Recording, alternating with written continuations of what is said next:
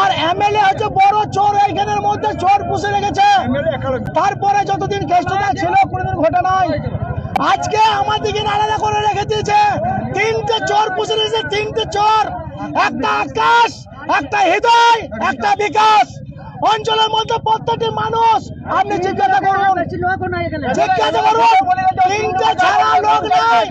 MLA বলেছে যে আমার তিনটে নেতা, তার বেশি নেতা কাউকে দরকার নাই, কাউকে দরকার নাই।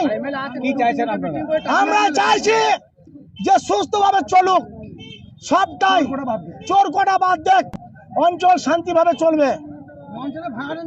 অঞ্চল এমন করে দিয়েছে, ওল ফান্ডের টাকা 22 লক্ষ টাকার গাছ বিক্রি করেছে। রাস্তাঘাটের টাকা ওল ফান্ডে 17 লাখ টাকা ছিল, সে টাকার কোনখানে কি কাজ করেছে সেটা হিসাব প্রজেক্টে 24 লাখ টাকা নিয়েছে, সেই কাজে টাকা কোথায় দিয়েছে হিসাব দিয়েছে। ওল ফান্ডের টাকা কোথায় গেলে হিসাব দিয়েছে।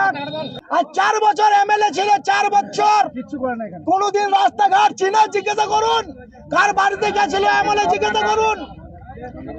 আমার নাম মকবুল আলী খান। চোর বলতে শোনা গেল একটাই কারণ, ওদের তিনজনা মাথায় ঘরে বন্দুক রেখে রাস্তাঘাটে যে সমস্ত পার্সেন্টের টাকা পাওয়া যায় সেই টাকা গ্রাম কমিটিকে, বুথ সভাপতিদেরকে না দিয়ে, মেম্বারদেরকে না দিয়ে অর্ধেকটা ওরা তিনজন নয়, আকাশ, বিকাশ আর হৃদয় আর এমএলএ আর ফিলিপকে দেয় অর্ধেকটা। ওরা কোথায় কে অভিযোগ করছে আমি শুনিনি।